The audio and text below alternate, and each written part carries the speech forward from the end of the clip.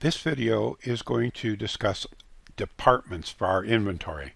So under the Maintenance tab, we go to Departments, and we see a list of positive user-defined departments.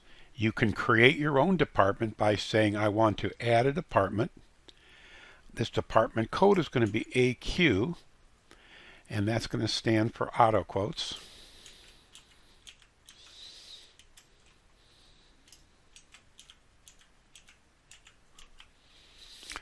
And we're not going to use the auto SKUs. And with the positive e-commerce, we can set up web information for this department, and also on our trade-ins for this department, how we're going to handle those. So with this detail, we're going to click OK. So now we have an auto quotes department. Our next step is to create a category, because we really need a category for every department. So under auto quotes, I'm going to say assign a category. Now here's a list of existing categories. I'm going to add a new one, and I'm going to call this category name AQ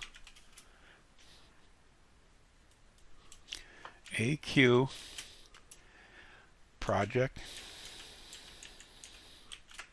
Items.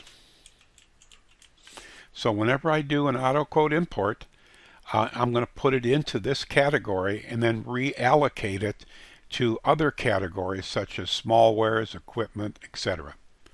So what is the tax category for this? I'm saying it's merchandise. Unless I know it's always non-taxable to everybody, I always select merchandise.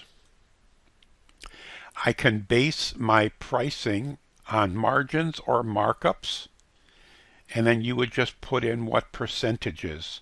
So for example, I may have for suggested lists 60%, our price would be 40%, wholesale maybe 35%, restaurants will be 30%, schools 25%, and government 20%. Now these are just going to be defaults. You always can change those prices using global pricing or change the price on a specific item. Okay. Also, when I'm creating an order list for my purchase orders, do I want to order enough to bring it up to maximum quantity on my min-max? And do I want to exempt taxing? Any item that we buy on purchase orders, I don't want in this department to have a sales tax on a PO. Other things besides the detail is defaults. For this department, do I want to have track stock quantities? Do I want to track serial numbers? Again, these are all individual things that we set up as defaults when the new items come in. We're not using auto SKU because we're using the SKU number that comes from our imports. Selling prompts, if we're going to have selling prompts for this particular category, we put those in here. Is there going to be any promo pricing for items in this category? Will we accept trade-ins for items that are in this category? Any specific GL accounts, sales accounts, cost of sales, inventory accounts for the items that are in this category? Screen prompts, when we're selling these items, is there anything special that we want to change the names? Instead of saying primary SKU, we want to say part number. Global pricing is the ability for us to go in and change values, but you only use this if all the items are the same cost and the same price. So very few people use this. Age verification, if you're selling items that need age verification. Here's the web setup.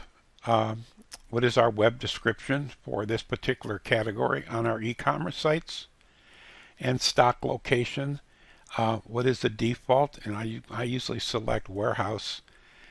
So when it comes in, it's going to immediately be warehouse as the default location. So now that I have those AQ items, I hit select, and that drops right below my auto quotes department. And that's how you can build all your departments. It's kind of like a file drawer. The department is the drawer. The category is the file folder in the drawer where you put all the contents.